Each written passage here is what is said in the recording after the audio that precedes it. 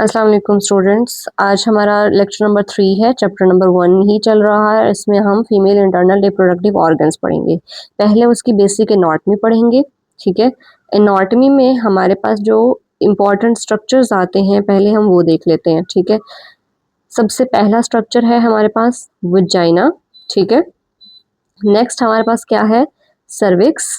फिर हमारे पास यूट्रस आती है, ये हमारे पास यूट्रस होती है, ये हमारे पास वजाइना होता है और ये जो एरिया बनता है इसको सर्विक्स बोला जाता है, ठीक है। और उसके बाद जो है ये हमारे पास आती हैं साइड्स पे, दोनों साइड्स पे फ्लोपियन ट्यूब्स। फ्लोपियन ट्यूब्स के बाद ये ओवरीज होती हैं, ठीक है, जहाँ पे फॉलिकल्स की रिप्रोडक्शन होनी होती है, प्रोडक्शन होनी होती है।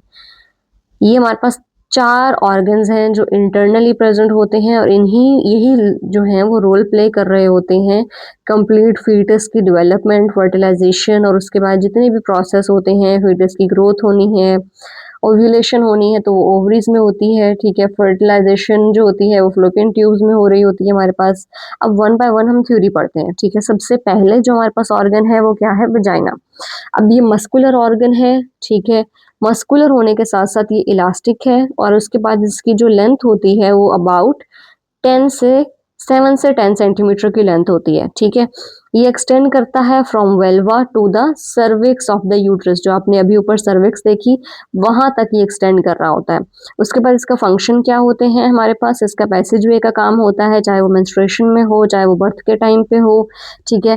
और इसकी जो वॉल्स होती हैं द मोस्ट इंपॉर्टेंटली उसमें क्या होते हैं, रगेस, जिसका मतलब है फोल्ड होते हैं, छोटे छोटे फोल्ड्स होते हैं जो क्या कर होते हैं, जैसे आपने रगेस का मतलब है जैसे आपने कभी रग्स देखी हो, जो चटाइयाँ होती हैं, उसके ऊपर आपने कभी हाथ मारा हो तो छोटे छोटे छोटे छोटे उसके अंदर फोल्ड्स होते हैं जो आपस में मिले हुए होते हैं, ठीक है। तो उसी तरह छोटे फोल्ड्स की बात की जा रही है। क्या करते हैं जब ये एक्सपेंड करते हैं फॉर द चाइल्ड बर्थ, जब वजाइनल बर्थ होनी होती है तो उस टाइम पे इनकी एक्सपेंशन होती है।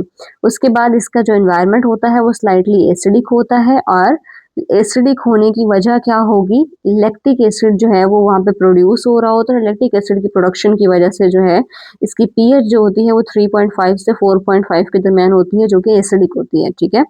और इसका पीएच एसिडिक होने का मकसद क्या होगा, प्रोटेक्ट्स अगेंस्ट द इन्फेक्शन, ताकि इजीली इन्फेक्शंस कैच आउट ना किए जा सकें, उसके लिए इसकी पीएच जो है वो नेचुरली एसिडिक हो जाती है। अब यूट्रस आती है नेक्स्ट हमारे पास। यूट्रस को हम आम जो क्लिनिकल टर्म्स होती है उसमें बच्चेदानी वो बोला जाता है, ठीक है। इसकी शेप कैसी होती है, पेयर शेप होती है।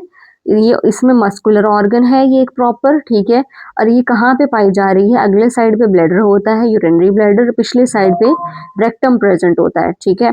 अब इसकी जो लेंथ होती है वो तकरीबन 7.5 सेंटीमीटर लॉन्ग होता है, 5 सेंटीमीटर वाइड होता है और 2.5 सेंटीमीटर्स की थिकनेस होती है। थिकनेस मतलब उसकी जो स्किन है, जो लेयर्स हैं उसकी मोटाई 2.5 सेंटीमीटर होगी, ठीक है। इन अ नॉन प्रेग्नेंट फीमेल, ये बहुत इंपॉर्टेंट चीज़ है क्योंकि प्रेगनेंसी में क्या होगा, इसकी लेंथ भी इंक्रीज होगी, वेट भी इंक्रीज होगी और थिकनेस भी इंक्रीज हो जाएगी, ठीक है। अब इसके जो पार्ट्स हैं जिसको हमने डिवाइड किया हुआ है, सबसे पहले को फंडस बोलते हैं, फिर होती है बॉडी, फिर इस्थमस और फिर सर्विक्स, ठीक है। जैसे आपको मैं डायग्राम में दिखाऊं तो ये हमारे पास क्या है, पूरी की पूरी यूट्रस। यूट्रस का जो ये ऊपर का पोर्शन है इसको हम क्या बोल रहे हैं, फंडस। और ये जो है ये हमारे पास बॉडी है। ये जो नैरो पोर्शन आता है इसको हम इस्थमस कहते हैं और ये वाला नीचे का एरिया सर्विक्स होता है, ठीक है। यहाँ तक समझ आ गई। हमारे पास यूट्रस क्या है, पहले उसके अंदर फंडस है, ऊपर वाला राउंड एरिया, फिर हमारे पास बॉडी है जो मेन पार्ट है, फिर इस्थमस है जो नीचे पतला सा नैरो सा रीजन आता है उसको, और बॉडी सर्विक्स के साथ connecting the body to the cervix. उसके बाद जो बॉडी है यूट्रस की उसको सर्विक्स के साथ ये कनेक्ट कर रहा होता है। उसके बाद सर्विक्स जो है वो सबसे लोएस्ट पार्ट होता है जो वेजाइना के अंदर ओपन हो रहा होता है। फंक्शनिंग में अगर हम आ जाएं तो फंक्शन क्या होता है, इसने यूट्रस जो है वो क्या करती है, houses and nourishes the fertilised ovum. जो फर्टिलाइज्ड ओवम था उसकी क्या करेगी, उसको घर, उसके रहने की जगह प्रोवाइड करेगी और उसको नरिशेज करेगी, मतलब उसको खुराक फराहम करेगी। उसके बाद इस यूट्रस जो है ये कॉन्ट्रैक्ट करती है। सेकंड में हमारे पास during the labour to expel the foetus, ठीक है। इसकी लेयर्स होती हैं, 3 लेयर्स होती हैं जो कि बहुत इंपॉर्टेंट हैं। सबसे अंदर वाली जो लेयर है उसको एंडोमेट्रियम कहते हैं, उसके बाद मायोमेट्रियम होती है और सबसे बाहर जो होती है वो पेरीमेट्रियम होती है, ठीक है। एंडोमेट्रियम वो लेयर है, अंदर वाली वो लाइनिंग है जो क्या करती है, हर साइकिल में न्यू बन रही होती है और हर साइकिल में ही वो क्या हो रही होती है, डिस्ट्रॉय होके, शेड होके बॉडी से बाहर निकल रही होती है अगर प्रेगनेंसी नहीं होती है, ठीक है। अब एंडोमेट्रियम की जो लाइनिंग है, इनर लाइनिंग है, थिकन्स होती है ड्यूरिंग मेंस्ट्रुअल साइकिल और शेड करती है अगर प्रेगनेंसी नहीं हो पाती है, ठीक है। उसके बाद उससे जो बाहर लेयर प्रेजेंट होगी, सबसे अंदर एंडोमेट्रियम, उससे जो बाहर होगी उसको है मायोमेट्रियम। मायो का मतलब मसल्स होते हैं, तो ये वाली लेयर जो होती है ये मस्कुलर लेयर होती है। मस्कुलर का मतलब होता है वो कॉन्ट्रैक्ट या रिलैक्स कर सकती है, ठीक है, वो मूव कर सकती है, ये एबिलिटी होती है मसल्स के अंदर, ठीक है। तो मायोमेट्रियम की जो लेयर होती है ये मस्कुलर लेयर होती है और यूट्रस में जो कॉन्ट्रैक्शंस आनी होती हैं उसकी रिस्पॉन्सिबिलिटी भी मायोमेट्रियम के पास होती है, ठीक है। नेक्स्ट जो सबसे बाहर वाली लेयर है वो है पेरीमेट्रियम, ठीक है। और ये कौन सी लेयर होती है, सीरस लेयर होती है, आउटर लेयर होती है और ये पेरिटोनियम का हिस्सा है, मतलब पेट और एब्डोमिनल का जो एरिया है जिसको हम पेरिटोनियम बोलते हैं, ये उसका पार्ट होती है, ठीक है। नेक्स्ट हमारे पास यूट्रस की वॉल्स कवर हो गई, यूट्रस की लेयर्स कवर हो गई। सबसे पहले हमारे पास यूट्रस थी, उसकी शेप कैसी है हमने ये डिस्कस किया, फिर हमारे पास उसकी डिविजन्स कैसी हैं और उसका फंक्शन क्या है। नेक्स्ट हमने देखा कि उसमें कौन कौन सी लेयर्स प्रेजेंट होती हैं, ठीक है। अब हम आ जाते हैं नेक्स्ट ऑर्गन के ऊपर जो हमारा फ्लोपियन ट्यूब्स हैं, ठीक है, जिसको आम क्लिनिकल जबान में ट्यूबें बोलते हैं, ठीक है। अब इसको ओविडक्ट्स भी बोलते हैं, यूट्राइन ट्यूब्स भी बोलते हैं और फ्लोपियन ट्यूब्स भी बोलते हैं। इनके दो मतलब ये पेयर की फॉर्म में प्रेजेंट होती है और तकरीबन 10 सेंटीमीटर्स की लेंथ होती है। ये कहाँ से एक्सटेंड करती है, यूट्रस की साइड से निकलती है, ठीक है, और ओवरीज तक जा रही होती है, ठीक है। और इसके कितने पार्ट्स होते हैं, इनफंडिबुलम, एम्प्यूला, इस्थमस और इंट्राम्यूरल। इसके तकरीबन 4 पार्ट्स हैं, ठीक है। अगर डायग्राम के साथ आप देखें तो इनफंडिबुलम जो होगी वो फनल शेप्ड है और एंड पे फिंगर लाइक प्रोजेक्शंस होंगी, ठीक है। एम्प्यूला जो होगा वो सबसे लार्जेस्ट पोर्शन होगा जहाँ पे फर्टिलाइजेशन होनी है। इस्थमस क्या होगा, सबसे नैरोएस्ट सेक्शन होगा, यूट्रस के करीब होगा। और इंट्राम्यूरल का मतलब होगा वो पेरिस कर रहा है, यूट्रस की वॉल के साथ अटैचमेंट प्रोवाइड कर रहा है, ठीक है। जैसे कि डायग्राम में देखते हैं तो ये हमारे पास क्या है, ये वाला जो वाइडेस्ट पोर्शन है जिसके फिम्ब्रेस होते हैं इसका नाम क्या था, इनफंडिबुलम, ठीक है। ये इनफंडिबुलम था हमारे पास जिसकी कैसी शेप थी, फनल शेप, और इसके अंदर कैसे थे, फिंगर लाइक प्रोजेक्शंस हैं, ठीक है। सेम यहाँ पे क्या है, फिंगर लाइक प्रोजेक्शंस हैं, ठीक है, और फनल की तरह उसकी शेप है। उसके बाद नेक्स्ट हमारे पास ये जो एरिया आता है, ये वाला एरिया, इसको हम कहते हैं कि ये एम्प्यूला है। एम्प्यूला के पॉइंट पे फर्टिलाइजेशन होनी होती है, ठीक है। एम्प्यूला के बाद नेक्स्ट जो एरिया, नेक्स्ट लाइन ये एक्सटेंड कर रही है, ठीक है, इसको हम क्या बोल रहे हैं, एम्प्यूला के बाद इस्थमस जो नर्वस सेक्शन है, कहाँ पे, यूट्रस के करीब। एस्थमस के बाद इंट्राम्यूरल आता है, ठीक है।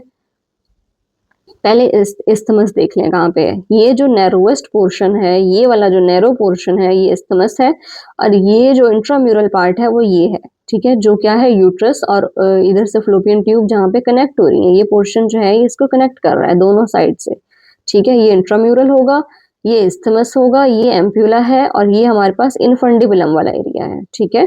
यहाँ तक डायग्राम में क्लियर हो गया। उसके बाद अब हम आगे चलते हैं, ठीक है, इनके फंक्शन की तरफ। तो सबसे पहला इनफंडिबुलम फनल शेप है, फिंगल प्रोजेक्शंस हैं और इसका काम क्या होता है, कैप्चर करना ओवम को, जो एग प्रोड्यूस होगा उसको कैप्चर करके ये फ्लोपियन ट्यूब्स में ट्रांसफर करेगा। एम्प्यूला क्या होगा, सबसे बड़ा पोर्शन है और इसमें फर्टिलाइजेशन होनी होती है, ठीक है, साइट ऑफ द फर्टिलाइजेशन होती है। इस्थमस क्या है, क्लोज है, कहाँ पे, यूट्रस के करीब है और यहाँ से ट्रेवल करके जो ओवम होगा वो ट्रेवल करके यूट्रस तक जाता है। इंट्राम्यूरल जो पेरिसिस हुई हुई है इंट्रायूट्राइन वॉल के अंदर, फंक्शन क्या होगा, ओवरऑल पूरी फ्लोपियन ट्यूब्स का जो फंक्शन होता है, एक तो ये होता है कि इसमें फर्टिलाइजेशन होती है, दूसरा जो ओवम है चाहे वो फर्टिलाइज्ड है या अनफर्टिलाइज्ड है, उसने ट्रांसपोर्ट होकर यूट्रस तक पहुंचना है, तो ये उसकी ट्रांसपोर्टेशन में इंपॉर्टेंट रोल प्ले कर रहा है, ठीक है। उसके बाद हमारे पास ओवरीज आती हैं। ओवरीज कैसी होती हैं, ठीक है, ओवरीज हमेशा दो प्रेजेंट होती हैं हर फ्लोपियन ट्यूब के एंड्स के ऊपर, ठीक है।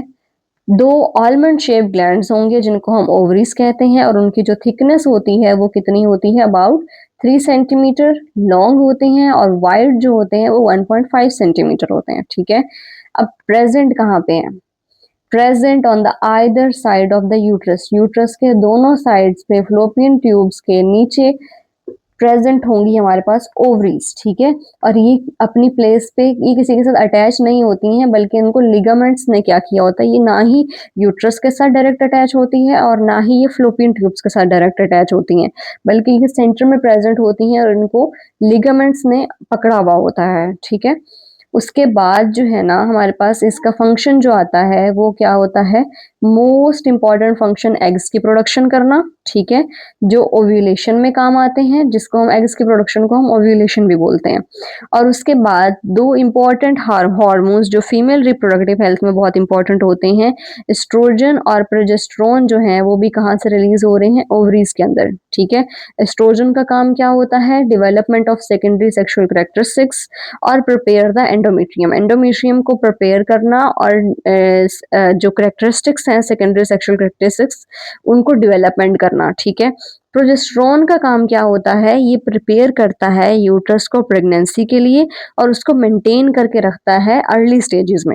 ठीक है, ये आगे आप इसको फर्दर बहुत ज़्यादा डिटेल्स में पढ़ेंगे कि एस्ट्रोजन और प्रोजेस्टेरोन का फंक्शन क्या होता है, लेकिन ये 2 बहुत इंपॉर्टेंट फीमेल हार्मोन्स होते हैं जो कि रिलीज कहाँ से हो रहे होते हैं, ओवरीज में से रिलीज हो रहे हैं। ठीक है, आगे चलते हैं, हमारे पास तकरीबन इंटरनल ऑर्गन्स जो हैं वो सारे कवर हो गए हैं। ठीक है, एक बार दोबारा इसको अगर आप रिवाइज करें तो सबसे पहले क्या था, विजाइना था। विजाइना किस चीज़ में हेल्प आउट कर रहा था, हमारे पास मस्कुलर ऑर्गन था, इसकी लेंथ थी, विड्थ थी, और उसके बाद हमारे पास एरिया आता है सर्विक्स का।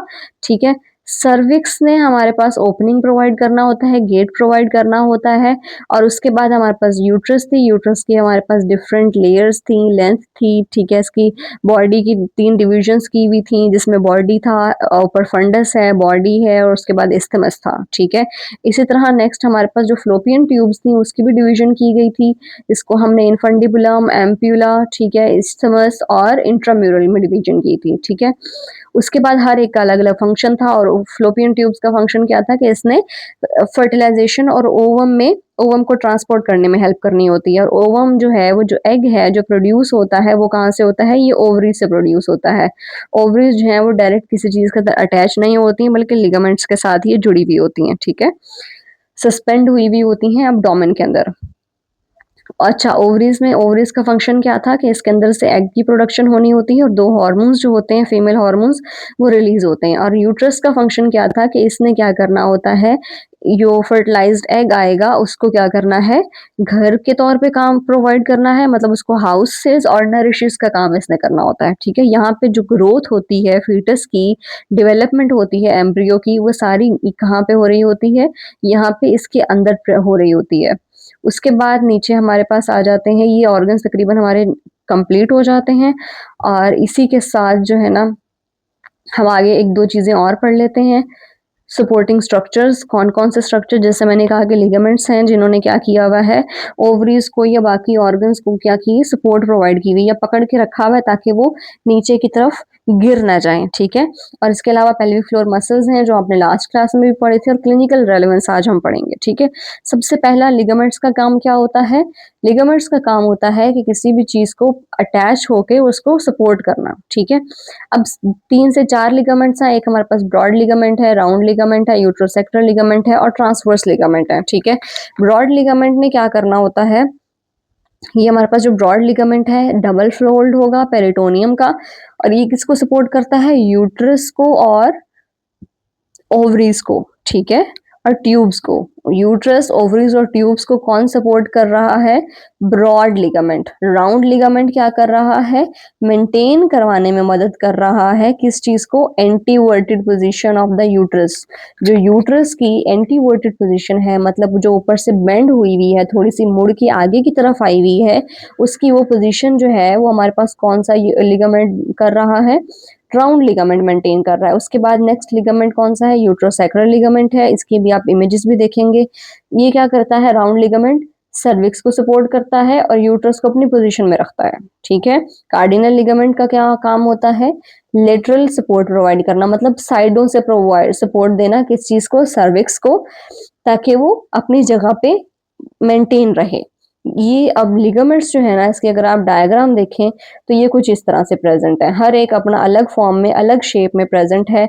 ये सेंट्रम में आपकी सर्विक्स है, ठीक है। ये अगर आप इसी के हिसाब से इसको देखते हैं, जैसे फॉर एग्जांपल यहाँ पे रेक्टम है, यहाँ पे ये एरिया सर्विक्स वाला है, ठीक है, और ये इसके ऊपर यूरिनरी ब्लैडर है। तो इसके हिसाब से अगर आप देखें तो आपको आइडिया होगा कि सबसे जो इम्पोर्टेंट लिगामेंट आ रहे हैं वो कौन से हैं। एक तो आ रहा है आपके पास प्यूबो सर्वाइकल लिगामेंट, ठीक है, जो ये ग्रीन कलर में है। उसके बाद जो है वो कार्डिनल लिगामेंट्स, जिसको आपने अभी पढ़ा है, येलो कलर में प्रेजेंट है। और फिर यूट्रोसैक्रल लिगामेंट है, ये पिंक कलर में प्रेजेंट है। इन सब का जो फंक्शन होता है वो क्या करना होता है, सपोर्ट करके रखना होता है, अंदर जो ऑर्गन्स पड़े हुए हैं उनको अपनी जगह पे सपोर्ट करना, ठीक है, उनको प्रोटेक्ट करना। उसके बाद आते हैं पेल्विक फ्लोर मसल्स, जिनका भी काम क्या होता है, protection of the internal pelvic organs, जिसमें हमारे पास लेविएटर अनाए थे, कॉक्सीजियस मसल्स थे, ठीक है, जो आपने पीछे पढ़ भी लिए और उनको देख भी लिया। अब जब भी इन मसल्स की वीकनेस होगी तो ये ऑर्गन्स जो होंगे वो अपनी जगह पे नहीं रह पाएंगे। इन्हीं की स्ट्रेंथनिंग की जाती है, जो कीगल एक्सरसाइजेस के थ्रू स्ट्रेंथनिंग करते हैं।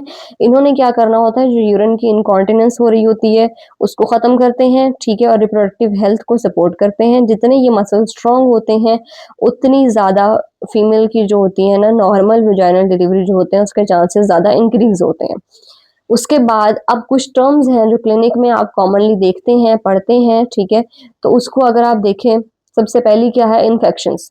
क्लिनिक में जब फीमेल्स कोई प्रेजेंट करती हैं तो कॉमन वर्ड क्या यूज किया जाता है कि ये कॉमन डिजीजेस कौन सी हो सकती हैं। सबसे पहली कॉमन चीज होती है कि उनको इन्फेक्शन कैरी हो गया, ठीक है, कैच कर लिया उन्होंने।